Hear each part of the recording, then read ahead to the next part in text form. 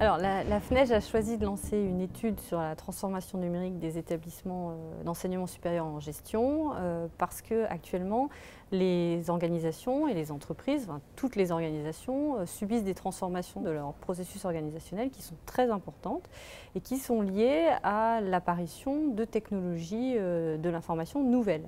Ces technologies, en fait, elles ont deux particularités.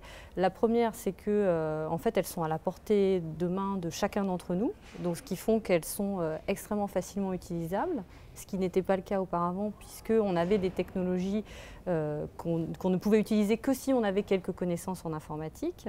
Et la deuxième, c'est que ces technologies vont gérer des flux d'informations qui jusqu'à présent n'étaient pas gérés dans les organisations, comme les connaissances des salariés, qui connaît qui dans l'entreprise, les flux physiologiques, le cycle de sommeil, tous ces éléments-là qui sont en fait des flux d'informations qui n'existaient pas pour les organisations auparavant. Les conséquences de ça, c'est que l'arrivée de ces technologies vont ouvrir toute une série de nouvelles opportunités pour les organisations et en particulier pour les établissements d'enseignement supérieur.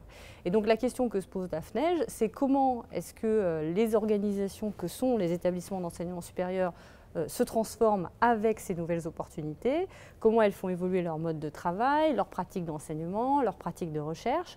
Et donc la FNEJ nous a demandé, à Ahmed Boukzala et moi-même, de mener une étude qui permettra de donner des clés de compréhension, voire un certain nombre de recommandations pour les directeurs d'établissements qui souhaiteraient avancer dans cette transformation organisationnelle. On s'est organisé en groupe de travail qui était piloté par Aurélie Dudésert et moi-même, avec une certaine représentativité des acteurs dans le monde académique et de recherche, et puis des entreprises. Donc on a des gens qui font partie de grands groupes, et puis des enseignants-chercheurs, et aussi des gens qui sont dans, par exemple, un représentant de la CCI. Alors, on fonctionne en groupe par session, donc on se réunit sur plusieurs sessions. À chaque fois, il y a un thème qui va orienter notre discussion, et puis on va aussi faire appel à des intervenants externes. Ces intervenants, ils vont nous donner un éclairage soit scientifique, académique, soit un retour d'expérience au niveau pratique.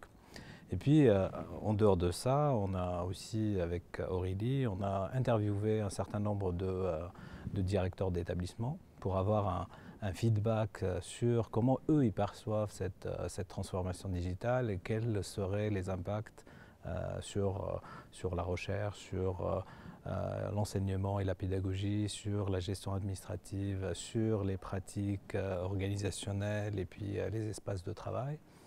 Et puis aussi, parce que cette étude est aussi faite pour faire améliorer, c'est-à-dire l'organisation et pour s'adapter à des nouveaux apprenants. Donc on a fait une enquête sur comment les étudiants, cette nouvelle génération, perçoit les évolutions au niveau académique. On a organisé une journée le 30 mars et le but de cette journée, c'était d'avoir des retours d'expérience de ce qu'on a appelé les grands témoins. C'est des gens qui sont acteurs de cette transformation digitale sur toute la chaîne de valeur. C'est-à-dire soit des gens qui vont offrir une technologie, soit c'est des gens qui vont la mettre en place, ou des gens qui vont étudier l'usage, ou tout simplement des gens qui vont l'utiliser en tant que tel dans les établissements. Donc il y avait des gens qui nous faisaient un retour d'expérience sur l'utilisation des MOOC. D'autres nous ont parlé de comment on peut mettre en place et enrichir l'enseignement par la réalité virtuelle. D'autres nous ont parlé de changement du rôle de l'enseignant-chercheur en tant que tel, dans sa fonction, dans sa relation avec les étudiants, dans ce positionnement dans l'établissement, avec le rôle de l'ingénieur pédagogique, etc.